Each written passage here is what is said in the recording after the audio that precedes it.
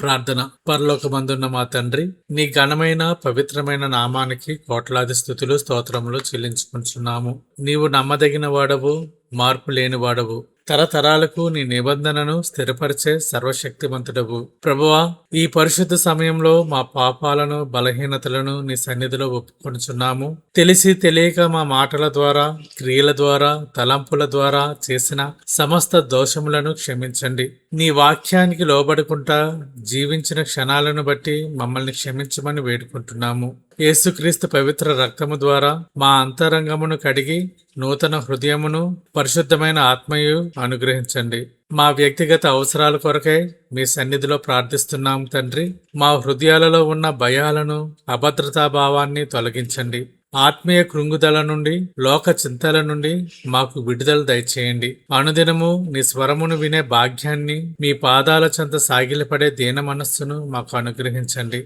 మా విశ్వాస జీవితాన్ని బలపరచండి. మా కుటుంబములను, బంధుమిత్రులను మీ చేతుకు అప్పగిస్తున్నాము. ప్రతి ఇంట నీ సమాధానమును, సంతోషమును నింపండి. భార్యాభర్తల మధ్య, తల్లిదండ్రులు పిల్లల మధ్య ఉన్న విభేదాలను తొలగించి ఐక్యతను దయచేయండి. మా ఇంట పుట్టిన వారందరూ, మా సంతతి వారందరూ నీ నిత్య నిబంధనలో పాలు పొంది దైవిక మార్గంలో నడిచేలా ఆశీర్వదించండి. మీ పరిశుద్ధ సంఘం కొరకు, మీ నమ్మకమైన సేవకుల కొరకు ప్రార్థిస్తున్నాము. అంత్య దినములలో సంఘము లోక ఆచారాలకు లొంగిపోకుండా మీ నిబంధన యొక్క సజీవ చిహ్నముగా లోకానికి ఒక గొప్ప సాక్ష్యముగా నిలిచేలా బలపరచండి. నీ వాక్యమును ప్రకటిస్తున్న సేవకులకు నూతన అభిషేకమును, ఆత్మ సంబంధమైన జ్ఞానమును, దైవిక రక్షణను అనుగ్రహించండి.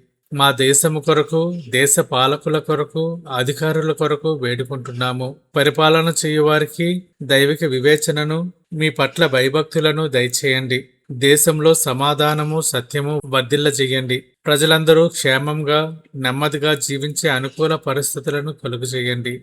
సమాజంలోని బాధిత వర్గాల కొరకు, దీనుల కొరకు, పరదేశుల కొరకు, దిక్కులేని వారి కొరకు ప్రార్థిస్తున్నాము. అనాథలను, విధవరాలను ఆదరించండి. ఆకలితో, దారిద్ర్యంతో అలమటిస్తున్న వారికి మీ దైవిక సహాయాన్ని పంపండి.